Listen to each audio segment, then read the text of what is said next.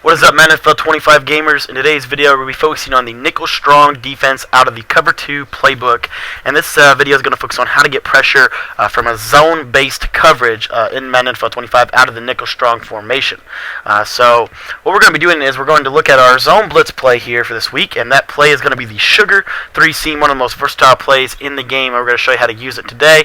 Hopefully, you guys can use this to put some pressure on the quarterback from a zone look instead of a man-to-man look. So here we are, sugar 3 seam.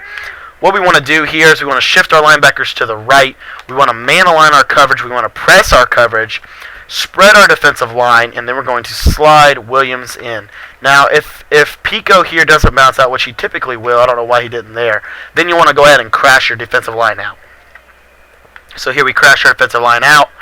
Now, depending on which side of the pressure we want to send, we can adjust our coverages based off of that. So for the first example, we want to send it off the right. So what we'll do is we'll globally zone our linebackers, and then man align, then press coverage, and it's all the same setup. And now you got the same coverage look, but now you have different pressure, and you don't even really have to re-blitz that end. You'll get B-gap pressure if you don't. If you do re-blitz the end, then you'll get the edge pressure. So real quick, one more time, if we want to do this correctly here, we're going to shift our linebackers to the right. Say we know we're going to send it up. We know we're sending it off the left edge. We're going to globally zone our linebackers, man align, press coverage, spread defensive line, crash line out, and then slide Williams in. And then if you want, I'll show you what it looks like if you re-blitz Johnson.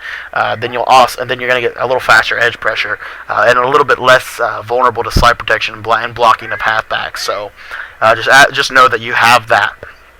Now, if you want to send off the right side, basically it's the same thing minus a step and adding a step. So it's just one different thing. So if we're going to send off the right, we're going to again shift our linebackers to the right, man align our coverage, press coverage, spread line, crash line out, re-blitz Dunlap, grab onto Williams here and put him in a hook zone, and then man align, and now the coverage is going to be set up. We like to use our Nelson if they're run heavy. If they're pass heavy, we'll use our Burford or however you say his name. And make sure you re-blitz that end on that right side. And here you see Dunlap's going to scream off that right edge. Now, I know it sounds like a lot of setups, but it's all through your global adjustments, which makes it a lot easier to do. So, like, for example, here, let me just cycle through the first setup I told you about. And there it is. I'm set up. I have it.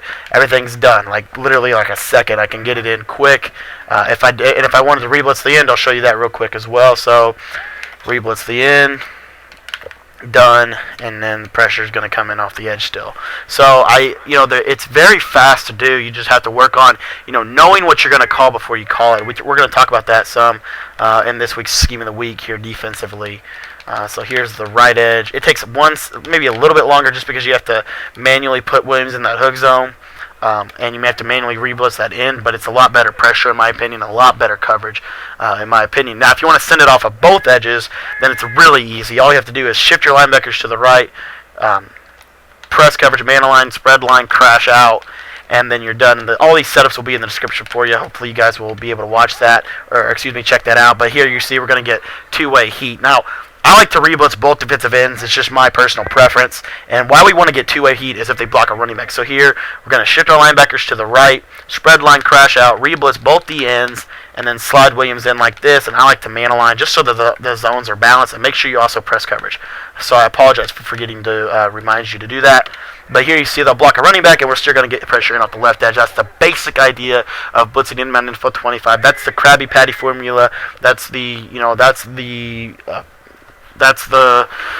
what they spend their time in the lab trying to cook up. That's basically what they're trying to get. A lot of gamers are this year. So sending 5, getting 1 free, and sending 6 and getting another free. So thank you guys so much for watching. Thanks for your time. I appreciate it. Be sure to come back tomorrow. We're going to break down a nice man-to-man pressure out of nickel strong that I hope you guys like and enjoy. Thanks for watching today. We'll see you tomorrow.